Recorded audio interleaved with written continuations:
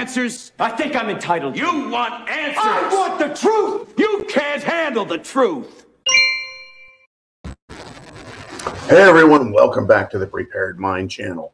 This story has got me so frustrated I messed up the whole intro, but I don't care. I'm just very frustrated. Apparently, folks, more information is coming out about Uvalde, and we need to think about this as a self-defense issue as Americans. The police there were in the hallway with rifles and protective shields within 10 minutes. Now, we have already been told in the past that, yeah, they were there very quickly. Police responded fast. And then we learned that it was well over an hour before anything was done. And that when something was done, it was finally the parent of one of the students and husband of one of the school staff that actually charged in and took care of the problem.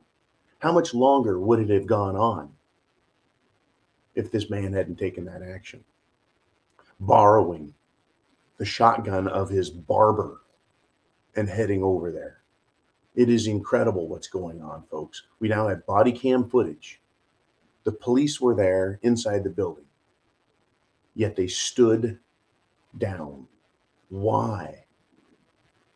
Right? Well, if they had gone in and just taken this kid out within the first few minutes, then I guess, we wouldn't have the gruesome story we have.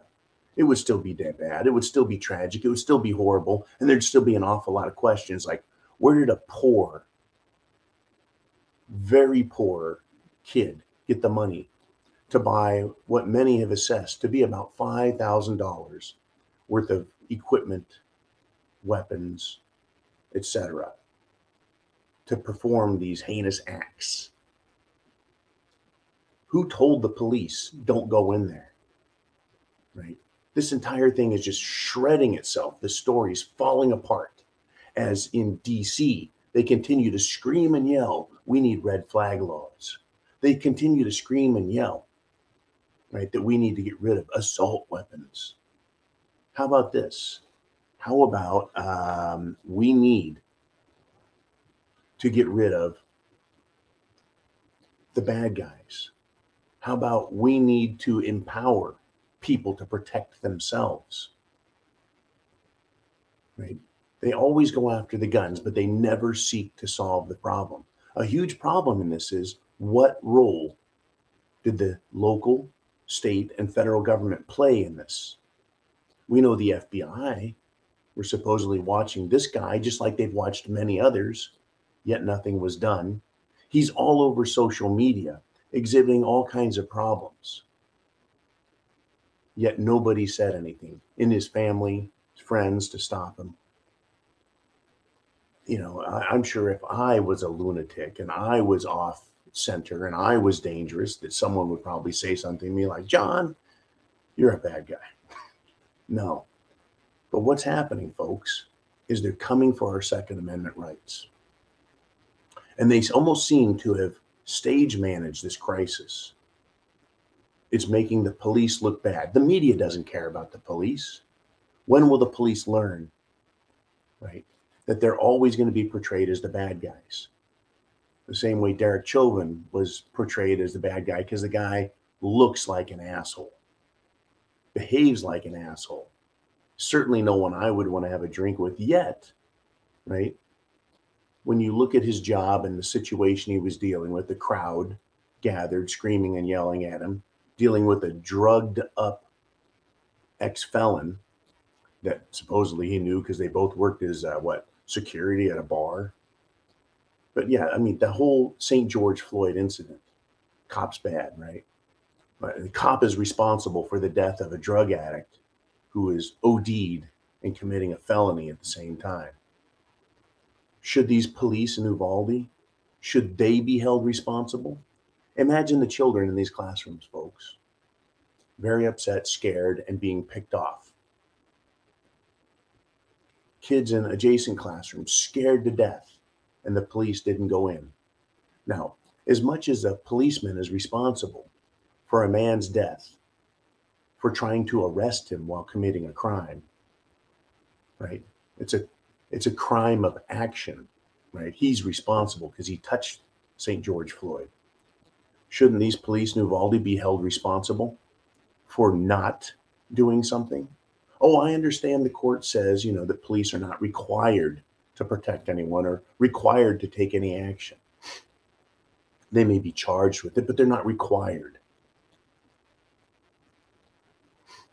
Is it the individual police? Is it the police chief? In the event of any law enforcement, is the chief or the sheriff most responsible?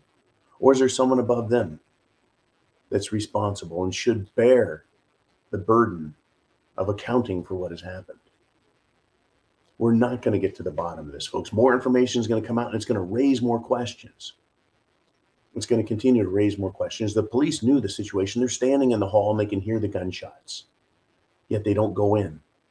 We were told that the police outside didn't want to go in because they didn't want to get shot. But we had apparently law enforcement inside who were there and ready to confront, properly armed, properly defended, a couple of shields, these ballistic shields that would have, deflected the ammunition being fired. In fact, that the 5.56 cartridge is one of the most anemic or underpowered centerfire cartridges on the planet. Yet they continue to call it the most deadly and high-powered. It's not. So these shields probably would have offered plenty of protection. They could have eliminated the problem and saved many lives. But I think that this is bigger than that. The issue with Handy Sook, that school, and the issue with Parkland, that school, and the Aurora shooter, and the Buffalo shooter, and many of the other shooters, folks, if not all of them, have a political motive and bias behind them. There have been other shootings. I'm like, hey, why isn't the media there? Why aren't politicians there just capitalizing on this? Well, it's because those were actually events that just happened on their own. But it always seems that when the politicians are ready and the media is there and the shall we say, activist outcry is loudest is when they are staged events.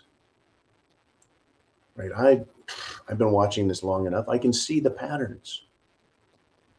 The most horrific events, the most media-driven events, activist-driven, politically driven, lawyers everywhere, are ones where the most screwy crap is going on that makes no sense. Kind of like the Boston, shall we say, the marathon bombing. That was heavily, shall we say, documented, televised, and then it just went away. No one discusses it in the media. April 15th, no one discusses it. And it was the most suspicious crock of crap ever. But the media was all over it, and then it was erased from the internet, erased from YouTube and social media, because it was done for a reason. There's a political agenda behind them. In Uvalde, Texas, the school shooting there's a huge political movement behind it. And that makes it not just suspicious, folks, but it becomes a battleground, if you will. The Second Amendment, the right to keep and bear arms. Going back to that, it is both for the defense of the state, that is, the land on which you live is the state. It's not your personal property to defend that area you live in. And then our self-defense. The government continues to show us what a dangerous world it is. And then they turn around in the next breath and say, you're not allowed to defend yourself, even though the world is becoming more dangerous. The government is becoming less trustworthy. Government agents, right, are becoming less trustworthy. Spokesmen less trustworthy. Agencies. And we're supposed to just lay down our arms, our protection.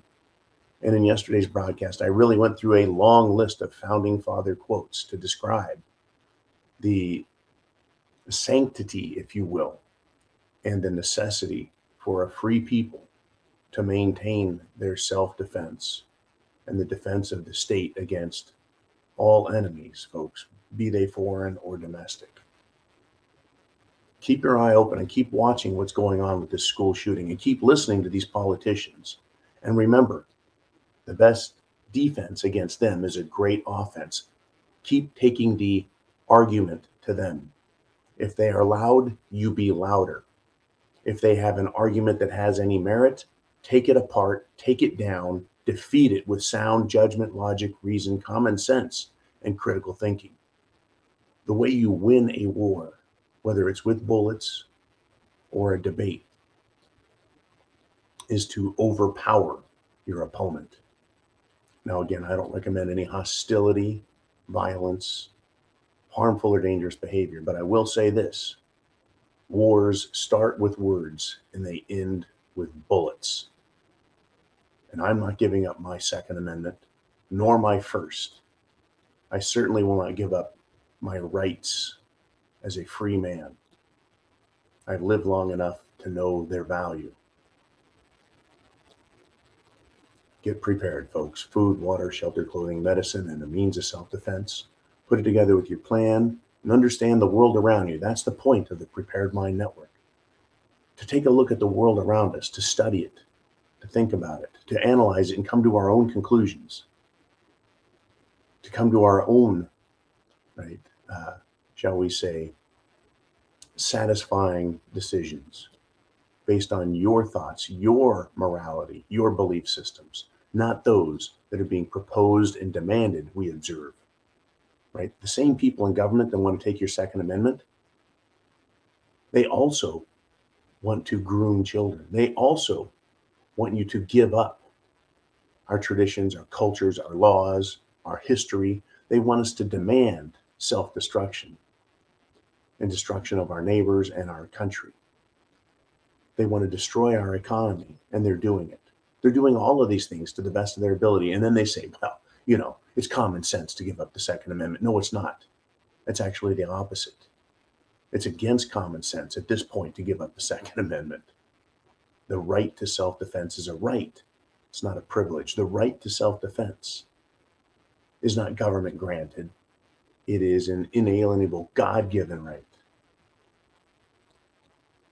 The more they make ridiculous claims, false assertions, and tyrannical demands, the more we need to oppose them, and the louder. And that is what our voice is for, the First Amendment. That's why we're here, and I'm glad you're supporting us at subscribestar.com through PayPal and CashApp donations.